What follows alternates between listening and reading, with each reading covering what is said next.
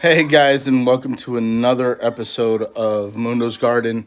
Told you guys I would probably be doing another video today, so I am. This one is actually just going to take place indoors. I just kind of wanted to show you guys. Wanted to show you guys what seeds I started indoors.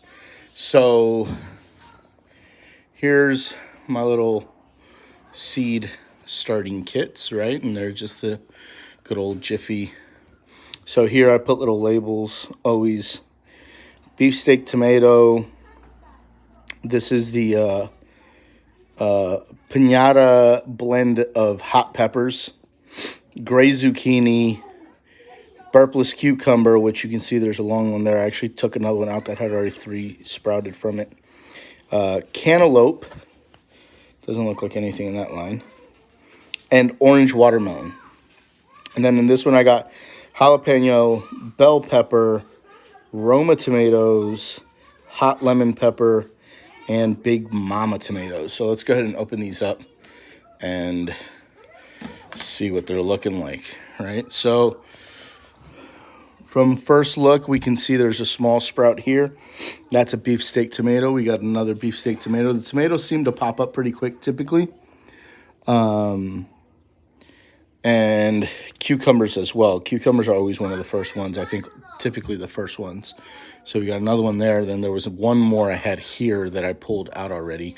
But that's all that has sprouted so far in this side. So when that happens though, when you start getting the sprouts, you can kind of prop it. So you just want to kind of prop it open. You don't want it completely sealed off, so you can actually, to where it's kind of open a little bit. And you don't want these in direct sunlight typically. So we'll take a look at the other one. And we don't really have much going on in the first 2 rows. Third row, which is Roma Tomatoes. We got some small sprouts. You can tell they're leaning in one direction. That tells you which way they're seeing a little bit of sunlight. And hot lemon pepper. Big mama tomato. See, so the tomatoes seem to be sprouting pretty quickly. So what I'm actually going to do is I still want to leave these on because I want that humidity in here. I'm going to leave them propped open. I'm going to put them back where they were. I have them not...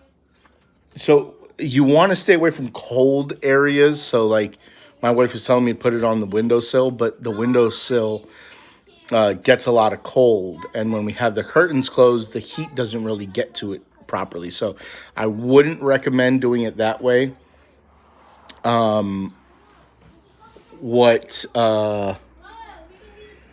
So right now I don't really have a great place for them like I have had in the past. So I actually have them just on a shelf, not too far from the door. They don't get direct sunlight, but they get a little bit of sunlight, especially since like we've been keeping the door open a little bit here and there.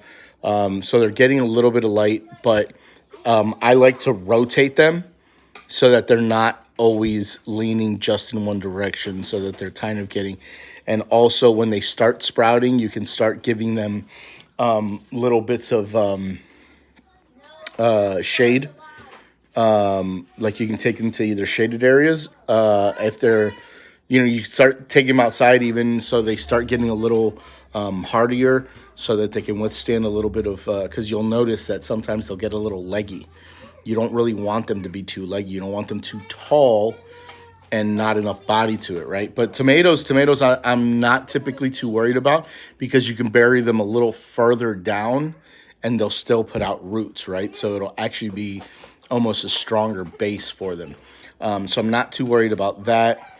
The cucumbers, and also, so I'll show you here. So you see I have like 3 here. I have like 4 here, right? So I'm gonna definitely want to thin that out. Like you don't want to plant all those in one, right?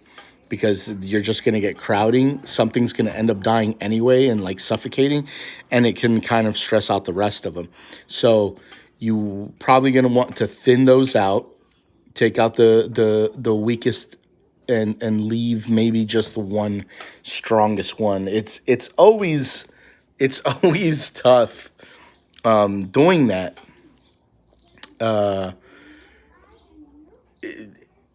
But I mean, it kind of has to be done.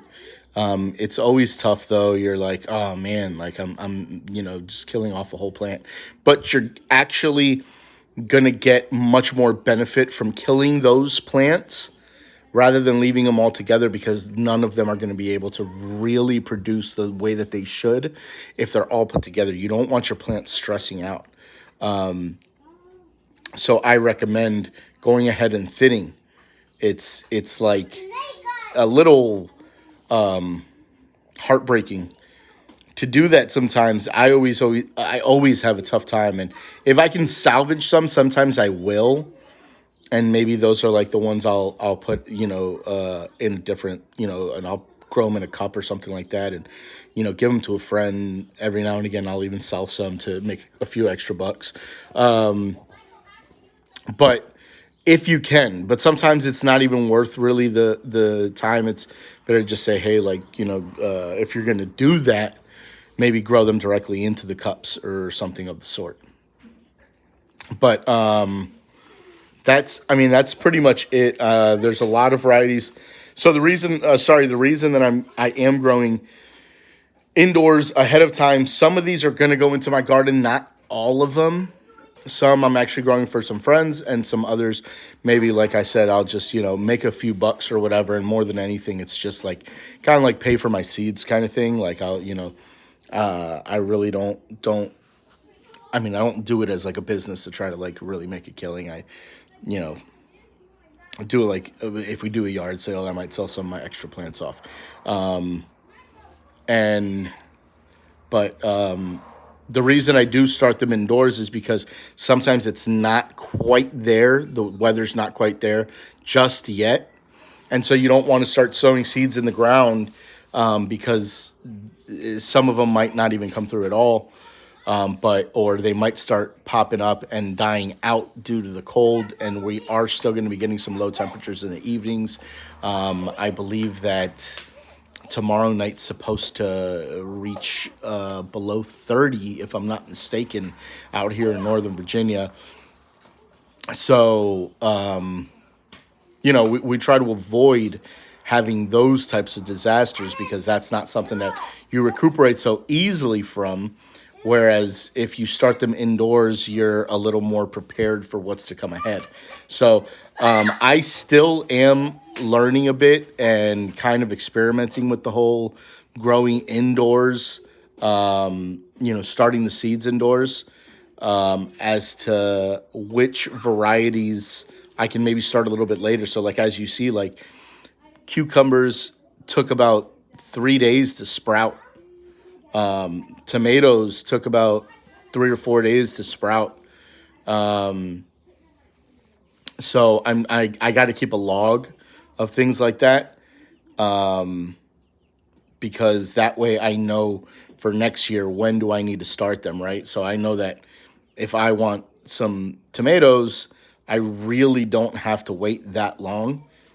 Once it starts getting warm, boom, I can put them out there, right? But I would like to be able to tend to them, have them a little bit bigger and ready before I put them outside. So I may transfer them to something still semi-indoors, so that they're able to survive some slightly...